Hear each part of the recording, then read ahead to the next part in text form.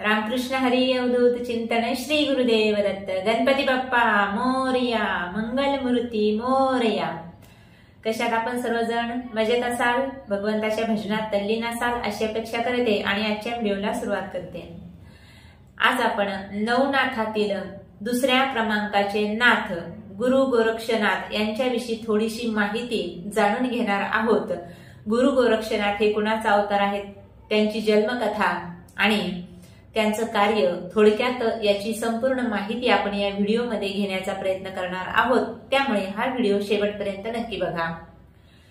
नवनाथ भक्तिसार ग्रंथामध्ये नवनाथांचा जन्म सांगितलेला आहे। त्यापैकी दुसऱ्या क्रमांकाचे अतिशय शक्तिशाली आणि जगाच्या पाठीवरचे एकमेव असणारे, सर्वात दिसायला सुंदर असणारे, सर्वात शक्तिशाली आणि ज्यांनी देव असो, देवता असो, गंधर्व असो, किन्नर असो, मानव असो किंवा पिशाच्य योनीतील सर्व काही ज्या योनी आहेत नाही का, सगळ्यावरती अधिकार ज्यांचा आहे ते आहेत गुरु गोरक्षनाथ महाराज, नवनाथातील दुसऱ्या क्रमांकाचे नाथ। मच्छिंद्रनाथ महाराज फिरता फिरता एका गावामध्ये गेले। तिथे एका बाईला मूल होत नव्हतं। सरस्वती नावाच्या बाईला मूल होत नसल्यामुळे ती अतिशय दुःखी होती आणि मच्छिंद्रनाथ तिला योगायोगाने तिच्या दारी भिक्षा मागण्यासाठी गेले आणि तिने आपले दुःख एक योगी आहे, तपस्वी आहे म्हणून त्यांच्या समोर व्यक्त केलं। गुरु मच्छिंद्रनाथांनी आपल्या झोळीतील जी भस्माची थोडीशी अगदी एक चिमूट भरून भस्म तिला दिलं आणि सांगितलं, हा साक्षात भगवंताचा अवतार तुझ्या घरी येणार आहे आणि हे भस्म तू रात्रीच्या वेळी काय कर तर पाण्यात टाकून हे ग्रहण कर। पण आता बाईचा स्वभाव म्हणजेच लेडीजचा स्वभाव आणि गुरु मच्छिंद्रनाथ निघून गेल्यानंतर ती शेजारणीच्या घरी गप्पा मारण्यासाठी गेली आणि सहजच हा विषय काढला की एक योगी आज सकाळी माझ्या घरी आला होता, तर त्याने मला एक थोडीशी भस्माची एक चिमूटभर नाही का, चिमूटभर भस्म मला दिलेलं आहे, तर मला ते ग्रहण करण्यासाठी सांगितलं आणि त्यामुळे माझ्या घरामध्ये संतान प्राप्ती होणार आहे, मला पुत्र संतती मिळणार आहे, तर काय करू नाही का, हे भस्म ग्रहण करू का नको? तर समोरच्या तिच्या मैत्रिणीने, तिच्या शेजारणीने सांगितलं की असे योगी अनेक आजकाल येतच असतात, त्यांचं काही खरं नसतं, म्हणून तू काही ते भस्म ग्रहण करू नको। मग मैत्रिणीचं ऐकून, त्या शेजारणीचं ऐकून त्या सरस्वती नावाच्या बाईने ते जे भस्म होतं कुठे टाकलं? गोवर भस्मामध्ये नाही का, जिथे गोवऱ्या होत्या नाही का, शेणाच्या जो आपण गोवऱ्या थापत असतो त्या गोवऱ्याच्या ढिगाऱ्याखाली त्यांनी ते भस्म टाकून दिलं आणि आता भस्म टाकल्यानंतर लगेच तिथे भगवान भोलेनाथांचा अंश नाही का, दुसऱ्या असणाऱ्या नाथाने प्रवेश केला आणि तिथे जीवदशा वाढीस लागलेली आहे। पण आता या बाईला माहित नाही, नाथांनी सांगितलं होतं 12 वर्षानंतर येईल। 12 वर्षानंतर मच्छिंद्रनाथ महाराज पुन्हा त्या गावाला, मच्छिंद्रनाथ महाराजांची स्वारी आली आणि त्यांना आठव झाला की आता ते बाळ खूप मोठं झालेलं असेल नाही का, स्वतः भगवंताचा भोलेनाथांचा अवतार प्रगट होणार होता। आणि मग त्या बाईच्या घरी गेले आणि तिला विचारू लागले की तुझं बाळ कुठे? ती बाई म्हटली मला बाळच झालं नाही का, आणखीन मी निपुत्रिकच आहे।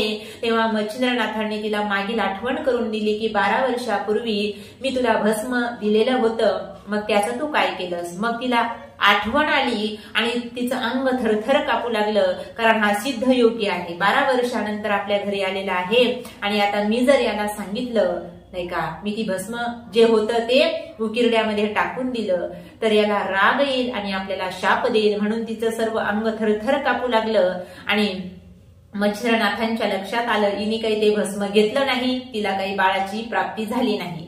सांगितलं खरं खरं सांग, कारण तो स्वतः भोलेनाथांचा अवतार होणार होता, एक आमच्या नाथ संप्रदायातील एक दिव्य नाथाची अगदी उत्पत्ती त्या भस्मातून होणार होती, मग ते भस्म तू कुठे टाकलं? मग तिने आठवणीत आणून सांगितलं आणि ती त्या जाग्यावरती नाही का, गोवऱ्या जिथे ठेवलेल्या होत्या त्या उकिरड्यावरती नेला आणि सांगितलं मी इथे भस्म टाकलेलं होतं। मग आमच्या मच्छिंद्रनाथांनी आवाज दिला तर तिथे त्यांना लक्षात आलं की इथे बाळाचा जन्म झालेला आहे आणि 12 वर्ष झालेले आहेत. मग ते सगळा काही जो कचरा होता नाही का, त्या गोवऱ्या होत्या बाजूला काढल्या. गोवर भस्मात त्यांचा जन्म झालेला होता म्हणून त्या बाळाला बाहेर काढलं. अगदी सूर्याप्रमाणे तेजस्वी असणारं ते बाळ बाहेर निघालं आणि पहिल्यांदाच मच्छरनाथांना वंदन केलं आणि गोवर भस्मात जन्म झाला. त्यामुळे नाव ठेवण्यात आलं गोरक्षनाथ महाराज. आणि हे असे गोरक्षनाथ महाराज ज्यांनी की अगदी सगळ्या जगावर प्रभुत्व गाजवलेलं आहे. आपली संजीवनी विद्याचा प्रभाव दाखवून नाही का सगळ्यांना आपल्या वश मध्ये केलेला आहे.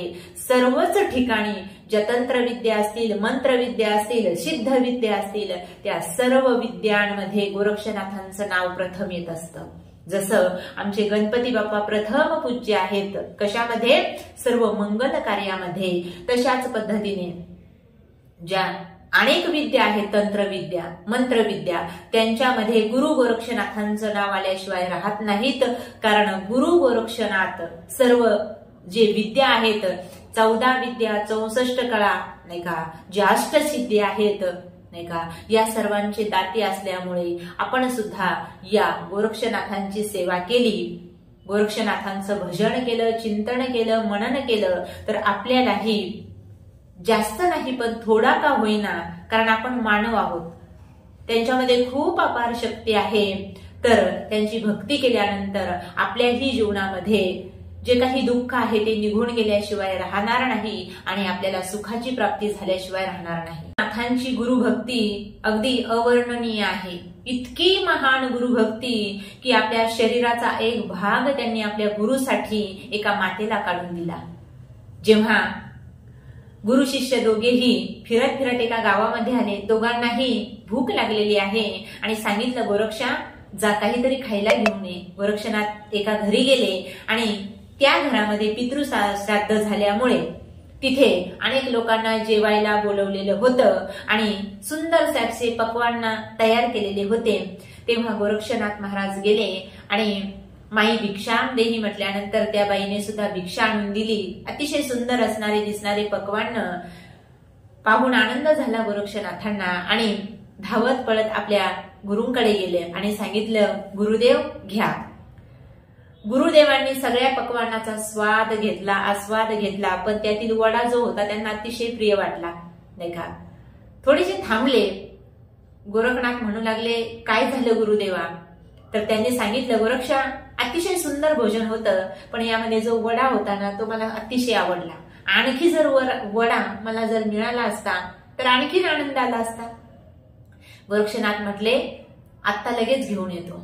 पुन्हा त्या बाईच्या घरी गेले आणि सांगितलं माते माझ्या गुरूंना वडा खूप आवडलेला आहे. सगळेच जे पक्वान्न होते अतिशय सुंदर झाले होते पण त्यातील वडा विशेष अर्थाने माझ्या गुरूंना आवडला. तर आणखी वडे द्याल का माझ्या गुरूंसाठी.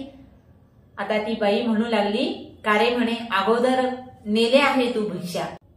खरोखर तुझ्या गुरुला जर वडा हवा असेल तर या वड्याच्या बदल्यामध्ये तुला तुझा डोळा काढून द्यावा लागेल. गुरु गोरक्षनाथांनी क्षणाचाही विलंब न लावता आपली करंगळी आपल्या डोळ्यामध्ये घातली आणि जे बुबुळ आहे ते काढून असं हातावरती धरलं आणि सांगितलं माई हे घे बुबुळ नाही का, हा घे माझा डोळा पण मला वडे दे. काय गुरु भक्ती असेल बघा तुम्ही, काय उच्च कोटीची साधना असेल आणि काय गुरुवरती प्रेम असेल. डोळ्याला पट्टी बांधली आणि एका डोळ्याला पट्टी बांधलेली आहे आणि गुरूंकडे आले, वडे दिले, सांगितलं महाराज हे घ्या वडे नाही का. आता जाताना तर गोरक्षनाथ चांगले होते पण येताना नाही का डोळ्यावरती पट्टी का बांधली म्हणून मच्छिंद्रनाथ विचारू लागले. सांगितलं काही नाही, कारण जर मी सांगितलं तर हे वडे खाणार नाहीत म्हणून त्रास होतोय नाही का, अतिशय दुःख होत आहे. आता डोळा काढून दिला म्हटल्यावर काय साधा आहे का नाही का, साधा त्रास असेल का. पण गुरूंनी आपल्या वडे ग्रहण केल्यानंतर सांगू असा मनात विचार केला. सांगितलं काही नाही गुरु महाराज तुम्ही काय करा तर वडे ग्रहण करा. मच्छिंद्रनाथ महाराज म्हणू लागले नाही गोरक्षा अगोदर ती पट्टी काढ बघू दे मला काय झाले ते. आणि बघितल्यानंतर सर्व प्रकार सांगितला. आता नाथांसाठी काही अशक्य नाहीच नाही. संजीवनी मंत्राचा प्रयोग केला आणि मच्छिंद्रनाथांनी आमच्या गोरक्षनाथांचा जो डोळा निघून गेलेला होता, काढून टाकलेला होता. त्यांनी ते हातातच धरून आणला, कारण त्या बाईला काही डोळा वगैरे पाहिजे नव्हता, पण फक्त परीक्षा घेण्यासाठी तिने काय केलं होतं तर ती बोललेली होती. मग ते बुबुळ तसं हातातच आणलेलं होतं. संजीवनी मंत्राचा प्रयोग केला आणि मच्छिंद्रनाथांनी डोळा जागच्या जागेवरती बसवला. आता हे सगळं कशामुळे मी सांगते आहे, काय गुरुभक्ती असेल, किती एकनिष्ठता असेल, नाही का. आजकालचे जर गुरुभक्त पाहिले आणि अशा प्रकारच्या जर कथा पाहिल्या तर मनात येतं की गुरुभक्ती म्हणजे काय, तर या गोरक्षनाथांकडून शिकावी. तेव्हाचे गुरु शिष्य पाहिले तर लक्षात येतं की आत्ताची स्थिती काय आहे आणि तेव्हाची गुरुभक्ती कशा पद्धतीची होती. तर गोरक्षनाथ महाराज हे अत्यंत उच्च कोटीचे गुरुभक्त सुद्धा होते, अत्यंत उच्च कोटीचे साधक सुद्धा होते. कारण जी योग विद्या आहे ती योग विद्या स्वतः हनुमंताने सुद्धा, आमचे हनुमंतराय जे बजरंगबली आहेत, ज्यांना आपण बुद्धिमत्ता वरिष्ठ म्हणतो, तर या हनुमंतरायाने सुद्धा जी योग विद्या आहे, योगाभ्यास आहे, तो गोरक्षनाथांकडून म्हणजे घेतलेला आहे. म्हणजेच काय, ही योग विद्या आमच्या हनुमंतरायांनी स्वतः गुरु गोरक्षनाथांकडून ग्रहण केलेली आहे. काय अधिकार असेल. आणि माझा वारकरी संप्रदाय सुद्धा आज जगामध्ये प्रसिद्ध आहे. तो कुणामुळे, तर आमच्या नाथ संप्रदायामुळे, नाही का. आदिनाथ उमा बीज प्रगटले, मच्छिंद्र लादले सहज स्थिती, तेची प्रेम मुद्रा गोरक्षादी धली, पूर्ण कृपा केली गहिनी नाथा, नाही का. गहिनी प्रसादे निवृत्ती दातार, ज्ञान देवा सार चोजविले, नाही का. कुठून आला हा माझा वारकरी संप्रदाय. एवढा मोठा संप्रदाय जगाच्या पाठीवर झाला तर याचे करते धरते जर कोण असतील तर ते आहेत नवनाथ महाराजांपैकी गोरक्षनाथ महाराज. कारण जेव्हा आमचे माऊली आणि चौघेही भावंड लोकांनी वाळीत टाकलं, आमच्या ज्ञानेश्वर माऊलींना, नाही का, आमच्या मुक्ताईला छोट्याशा कोणी भिक्षा देईना, त्यावेळी कळवळा आला तो आमच्या गोरक्षनाथांना. गोरक्षनाथांनी आमच्या गहिनीनाथांना उपदेश केला की गहिनी जा आणि निवृत्तीला उपदेश कर. कारण स्वतः भगवंताचे अवतार असून लोक त्यांची अशी अन्नान्न दशा करत आहेत. लोक त्यांना अगदी जेवण सुद्धा देत नाहीत एक वेळचं, आणि हे स्वतः भगवंताचे अवतार आहेत, नाही का. सदाशिवाचा अवतार कोण, तर निवृत्तीनाथ महाराज आहेत. ब्रह्मा सोपानत झाला, नाही का. महाविष्णूचा अवतार सखा माझा ज्ञानेश्वर. यानंतर आदी शक्ती जी आहे ती साक्षात मुक्ताई आहे. हे सर्व देव आहेत, नाही का. सर्व जगाचा सांभाळ करण्याची पात्रता यांच्यामध्ये आहे. पण हे मनुष्य देहाला आलेत कशासाठी, तर या अन्यायी, नाही का, अन्यायी लोकांना मार्गाला लावण्यासाठी, आणि जे अज्ञानी लोक आहेत त्यांना सज्ञान करण्यासाठी यांचा जन्म झालाय. पण लोक त्यांना किंमत देत नाही. म्हणून गहिनीनाथांना उपदेश केला गोरक्षनाथांनी, आणि गोरक्षनाथांनी उपदेश केला तेच ज्ञान जे आहे निवृत्तीनाथांना प्रदान केलं, आणि निवृत्तीनाथांनी ते जे ज्ञान आहे आमच्या माऊलींकडे सुपूर्द केलं, नाही का. आणि मग माऊलींनी गीतेसारख्या ग्रंथावरती टीका लिहिली आणि भावार्थ दीपिका नावाचा ग्रंथ तयार केला, ज्याला आपण ज्ञानेश्वरी म्हणतो. इतका मौल्यवान ग्रंथ, जगाच्या पाठीवर सर्वात महान ग्रंथ जर कोणता असेल तर तो आहे ज्ञानेश्वरी, नाही का. वाचावी ज्ञानेश्वरी, डोळा पहावी पंढरी. हे सर्व मी कशासाठी सांगते आहे, वारकरी संप्रदाय आणि नाथ संप्रदाय एकच आहे, नाही का. त्यानंतर आमच्या निवृत्तीनाथांनी, नाही का, शिव आणि विष्णू यांच्यात भेद करू नका. शिव आणि विष्णू हे सुद्धा एकच आहेत. हरिहरा भेद नाही नका करू वाद. सर्वच जे देव आहेत ते एकच आहेत, नाही का. कोणत्याही देवाची भक्ती करा तुम्ही, ती एकाच भगवंतापर्यंत जाऊन पोहोचते. म्हणजेच काय, तर समदर्शीपणा जो आहे तो आमच्या वारकरी संप्रदायामध्ये आहे, नाही का. म्हणजेच नाथ संप्रदायामध्ये समदर्शीपणा आहे. तोच नाथ संप्रदाय आणि माझा वारकरी संप्रदाय एकच आहे. मला एवढंच सांगायचं आहे. आणि या गोरक्षनाथांची महती कीर्ती अगदी नेपाळ प्रांतामध्ये सुद्धा आहे. एवढंच नाही, अनेक प्रांतामध्ये, अनेक राष्ट्रांमध्ये यांची जी कीर्तीची जी ध्वजा आहे ती लहरलेली आहे. त्यांनी तशा पद्धतीचं कार्य केलेलं आहे. म्हणून यांची शक्ती जर सांगायची तर पहा तुम्ही, जेव्हा आमचे गोरक्षनाथ महाराज मित्रांसोबत खेळत होते तेव्हा मित्रांनी जी बैलगाडी असती ती तयार केली, पण आता बैलगाडी चालवण्यासाठी जो चालक पाहिजे, तेव्हा त्यांनी सांगितलं, गोरक्षा आम्हाला काही येत नाही, एखादा माणूस नाही का, बैलगाडी चालवण्यासाठी एखादा माणूस हवा की नाही, तर तो चालक आम्हाला निर्माण करून दे, नाही का. चिखलाची बैलगाडी तयार केलेली होती. आमच्या गोरक्षनाथांनी काय केलं, चिखल हातामध्ये घेतला आणि एक चिखलाचा पुतळा तयार केला. पण मुखातून काय गुणगुणत होते, तर संजीवनीचा पाठ चालू होता. आणि त्याच वेळी जेव्हा तो चिखलाचा पुतळा तयार केला, संजीवनी मंत्राचा पाठ आपोआप चालू होता, कारण गुरुमंत्र होता तो, नाही का. कंटिन्यू करत होते गुरुमंत्र, जप चालू होता. आणि त्या चिखलाचा पुतळा तयार करून झाल्यानंतर त्याच्यामध्ये आपोआप संजीवनीचा मंत्र जपत असल्यामुळे आपोआप प्राण भरले गेले आणि तो चिखलाचा पुतळा जिवंत झाला, नाही का. म्हणजेच काय, एका चिखलातून मनुष्याचा जन्म होणं अतिशय ही कशी घटना आहे, तर अवर्णनीय आहे आणि अकल्पनीय आहे, नाही का. म्हणजे चिखलातून मनुष्याची उत्पत्ती करण्याची पावर ही फक्त नवनाथांमध्ये आहे. म्हणून जे चिरंजीव आहेत, ज्यांचा जन्म अयोनी संभव झालेला आहे, त्या माझ्या गोरक्षनाथांनी गहिनीनाथांचा, नाही का, जे आणखी एक नवनाथातले नाथ आहेत, त्यांचा जन्म गोरक्षनाथांच्या हाताने झालेला आहे. मला एवढंच सांगायचंय की सर्वात पॉवरफुल नाथ जर कोणते असतील तर ते गोरक्षनाथ महाराज आहेत. सर्व विद्यांच्या ठिकाणी त्यांचं नाव येतं, सर्व मंत्रामध्ये त्यांचं नाव आहे, नाही का. आणि त्यांना सगळेजण प्रसन्न आहे, नाही का. त्यांच्याकडे वाताकर्षण विद्या आहे.